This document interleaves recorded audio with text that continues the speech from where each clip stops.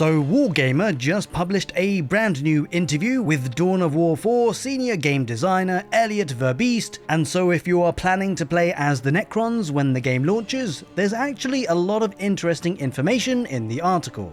Now, a lot of it we have talked about before during previous videos, and especially when talking about the previous battle reports, but it is always nice to have a good summary of all the new reveals, especially from this new interview.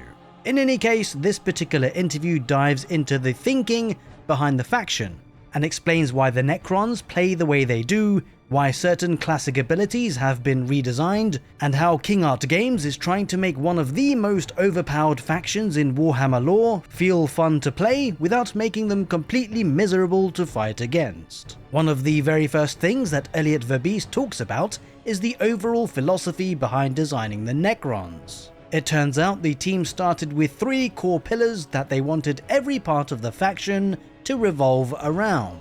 The first is that relentless advance we've always associated with the Necrons, where they slowly march across the battlefield without ever really stopping. The second is durability, because getting rid of Necrons should never feel easy. And the third is teleportation, since their technology lets them appear almost anywhere once their infrastructure is in place. What's interesting though, of course, is that these aren't just there for flavor, they actually dictate how the faction develops over the course of a match. Early on, the Necrons are deliberately slow and can kind of struggle to react if the enemy is constantly moving around the map. As the game progresses though, more teleportation options become available, giving them ways to overcome that weakness without changing what the faction is fundamentally supposed to do. Instead of becoming faster in the traditional RTS sense, they actually become more connected, more efficient, and much harder to pin down. Now that progression feels pretty faithful to the lore because Necrons aren't supposed to just overwhelm you in the opening minutes, they gradually wake up, expand their influence, and eventually reach a point where they seem almost impossible to contain. Rather than trying to force them into the same pacing as every other army though, King Art Games seem to have built the entire faction around that gradual escalation. Now the economy is probably the biggest example of that. In fact, every other faction we've seen so far relies on requisition gathered from controlling points around the battlefield. But the Necrons ignore that system almost entirely. Instead, they generate resources through something called Dominion, which spreads outward from their structures across the map. The more territory covered by Dominion, the stronger their economy becomes, meaning they are encouraged to expand their network instead of simply rushing between capture points like everyone else. Now, if you've played older RTS games, Dominion immediately sounds pretty familiar. It works in a similar way to Warcraft 3's Blight or StarCraft's Creep, where establishing territory becomes just as important as fighting over it. Now that also creates an interesting trade-off because spreading your influence is relatively easy, but protecting all of those structures becomes much harder.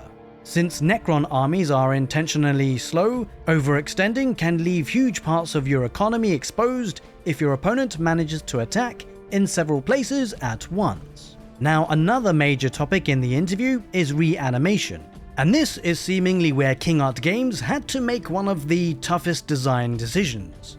Now most people will know about the Resurrection Orb. It's one of the most iconic pieces of Necron wargear in Warhammer 40k, and it even appeared in the original Dawn of War. Bringing back an entire army after it has been wiped out sounds pretty amazing when you are the one using it, but Elliott Verbiest admitted that it kinda creates a huge problem in multiplayer because there's very little your opponent can actually do about it. And so instead of copying that mechanic directly, they've actually created something called the Resurrection Gallery. Rather than instantly reviving nearby units, you can assign a specific type of unit to the structure. Whenever one of those units dies anywhere on the battlefield, it actually begins regenerating over time and eventually will return completely free of charge. The result is still unmistakably Necron because your army just keeps coming back, but now there's a meaningful counterplay built into the system. Your opponent can destroy the Resurrection Gallery before those units return, permanently removing every destroyed squad waiting to be rebuilt. Now that changes the dynamic completely because suddenly those buildings become incredibly valuable strategic targets instead of just passive background structures. You still get the fantasy of an army that refuses to stay dead, but both players have decisions to make rather than just watching an unstoppable ability play out with no way to respond. Now, that idea of preserving the fantasy while creating counterplay seems to come up again and again throughout the interview, where Elliott makes it clear that the goal isn't simply to just recreate every tabletop rule exactly as it exists. Some mechanics work brilliantly in a turn-based tabletop game, but become frustrating in a competitive RTS where everything happens in real time. The challenge, of course, will be to find another mechanic that captures the same feeling without creating situations that players simply can't interact with. Now, they've tried to make teleportation follow the same philosophy, where now most Necron units aren't going to be sprinting around the battlefield. Instead, they'll rely on a growing network of technologies that lets them instantly reposition when the time is right. Every Necron commander has access to the translocation science stratagem, allowing units to teleport across the battlefield, while other tools include teleporting defensive structures, gateway networks, and even the monolith itself, acting as a mobile deployment platform for infantry.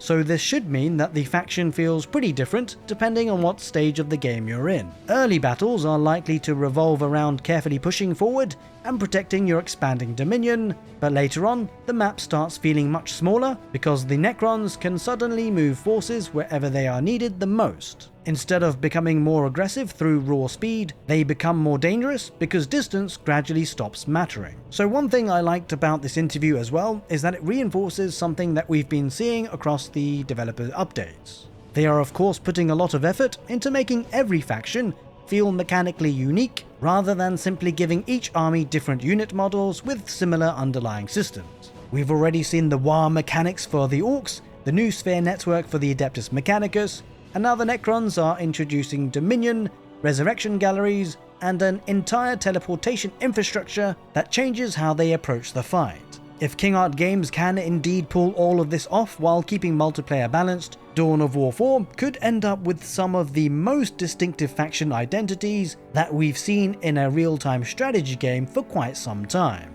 The Necrons were always going to be one of the hardest armies to adapt, because in the lore, they are supposed to be almost unstoppable. After reading this interview though, it feels like the developers have indeed found a way though to preserve that apocalyptic feeling without simply making them totally overpowered.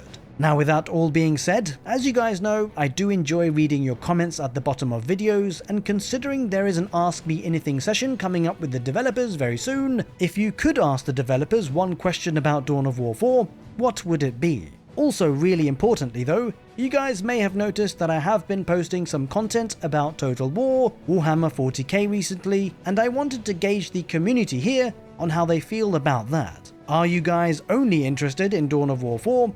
Only interested in Total War Warhammer 40k, or are you quite happy seeing content about both games on the channel? Let me know in the comment section below. Just to let you all know as well, there's likely to be quite a few videos coming out on the channel soon, but until then, take care and see you next time.